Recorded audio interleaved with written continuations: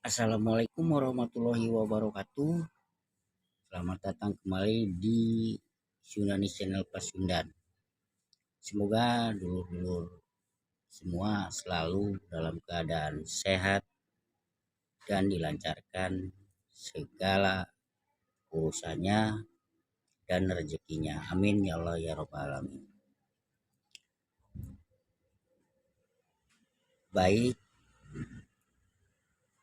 pada kesempatan kali ini saya akan melanjutkan cerita yang tertunda di episode yang pertama.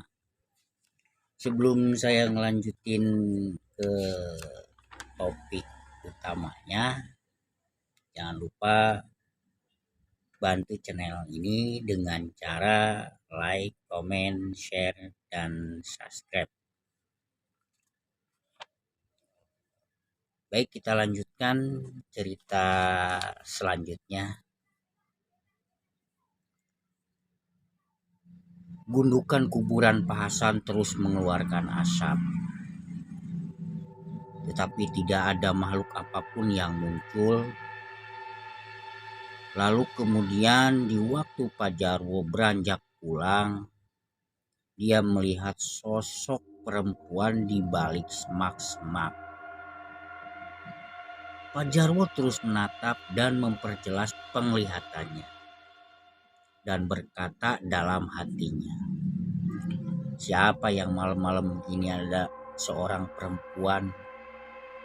Dan sambil mengarahkan senternya ke arah sosok perempuan itu.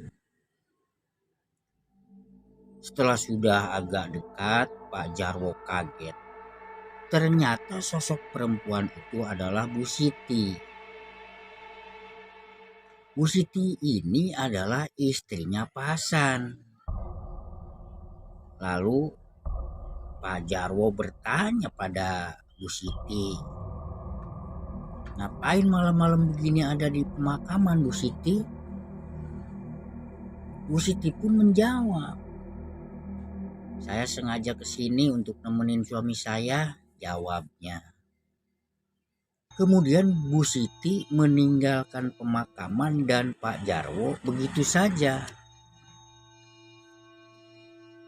Keesokan harinya, Pak Jarwo setelah seharian bekerja, tiba-tiba di depan gubuknya ada seorang laki-laki paruh baya berdiri.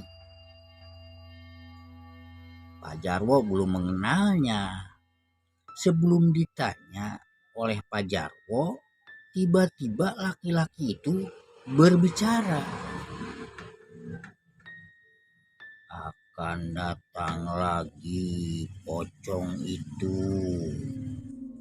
Akan datang lagi pocong itu.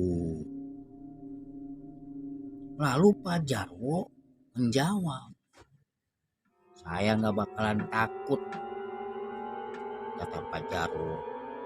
Lalu Pak Jarwo meninggalkan laki-laki itu dan masuk ke gubuknya sambil merenung. Di malam harinya, Pak Jarwo lagi minum kopi. Tiba-tiba terdengar suara gaduh di belakang gubuknya. Lalu Pak Jarwo segera ke belakang dan ternyata ada sesosok pocong. Terus dan terus Pak Jarwo selalu diteror oleh pocong tersebut. Sampai-sampai dia kurang tidur.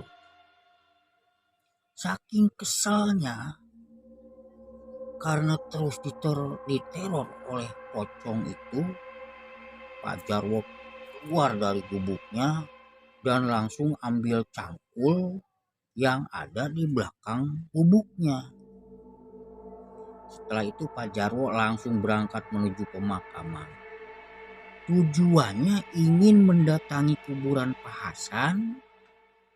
Setelah sampai, lalu Pak Jarwo langsung menuju kuburan Pak Hasan. Gak tahu dirasukin apa, Pak Jarwo langsung menggali kuburan Pak Hasan tanpa ada rasa takut. Lalu setelah itu dikeluarkanlah mayat Pak Hasan ini yang sudah membusuk dan wajahnya dipenuhi oleh belatung. Setelah itu lalu ditutupnya kembali kuburan Pak Hasan dan lalu pergi sambil membawa mayat Pak Hasan ke gubuknya. Setelah sampai, lalu Pak Jarwo membersihkan mayat Pak Hasan. Setelah bersih, barulah kelihatan bahwa yang selama ini dipakai oleh Pak Hasan bukan kain kapan, melainkan sarung yang dimodifikasi oleh istrinya.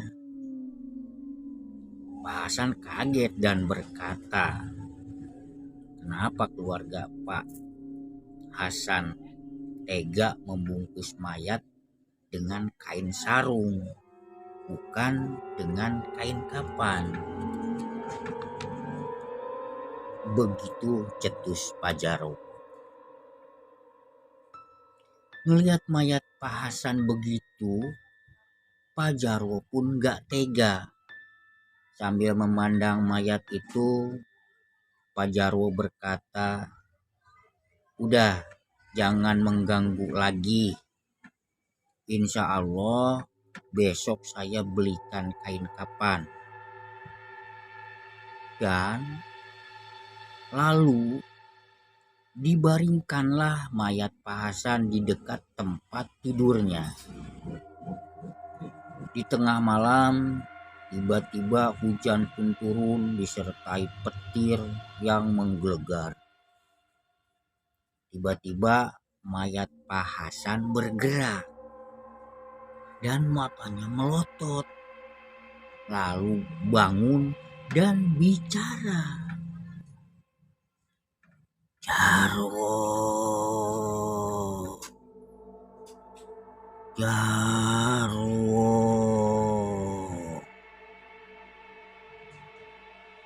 Sontak Pak Jarwo ini kaget dan takut. Dalam keadaan takut, Pak Jarwo tiba-tiba mengambil sebuah tambang yang ada di dekatnya. Gak panjang pikir, lalu diikatkan ke leher mayat Pak Hasan. Kemudian diikatkan ke tiang agar tidak lepas. Dengan amarah yang menggebu-gebu, Pak Jarwo bicara sama mayat Pak Hasan yang meronta-ronta.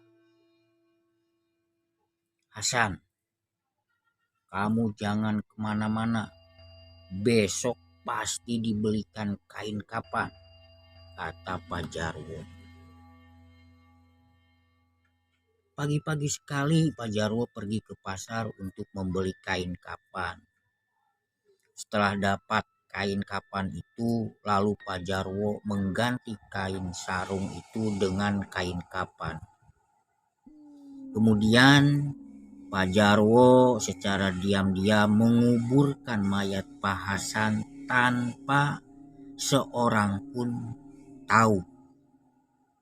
Tanpa disadari, pocong itu tetap menerornya.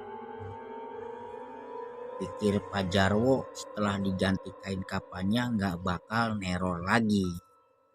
Ternyata meleset. Malah hampir tiap malam pocong itu selalu menerornya. Lama-kelamaan Pak Jarwo gak kuat.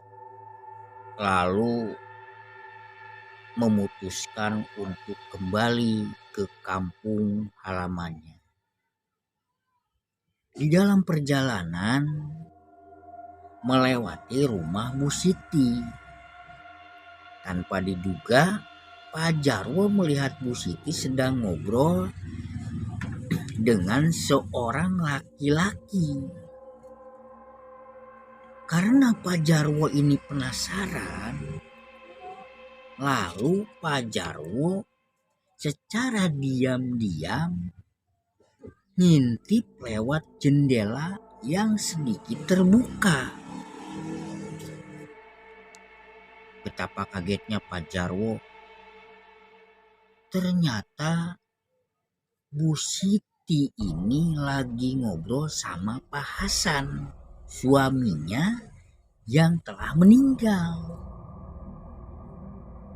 Pak Jarwo bingung dan berkata dalam hatinya, pasti ada yang gak beres di keluarga ini. Cetusnya dalam hati. Memang benar, setelah beberapa bulan, keluarga Bu Siti ini makin kaya raya. Tetapi masyarakat di situ nggak tahu bahwa Pak Hasan ini dengan sengaja menumbalkan dirinya sendiri untuk pesugihan. Pak Hasan hidup di dua alam, alam manusia dan alam jin. Sebenarnya Pak Hasan masih ada di rumah itu, akan tetapi Bu Siti sengaja merahasiakannya. Ganti bulan, ganti tahun, kekayaan Bu Siti semakin bertambah. Bahkan hampir separuh kampung itu dimilikinya. Setelah semua masyarakat tahu bahwa keluarga Bu Siti ini melakukan pesugihan, lalu dengan emosi yang gak bisa ditahan, masyarakat dengan membabi buta menghancurkan tempat pesugihannya Bu Siti. Kemudian mengusirnya dari kampung mereka. Rumah Bu Siti pun dibakar. Enggak sampai di situ.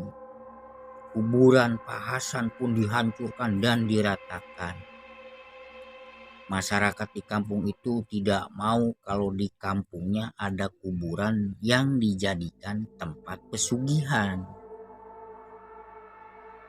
Setelah semuanya dimusnahkan, tempat pesugihannya Bu Siti, makamnya Pak Hasan, amanlah kampung itu, dan pocong pun tidak muncul lagi. Disitulah timbul rasa damai, rasa tentram, rasa aman bagi seluruh kampung itu.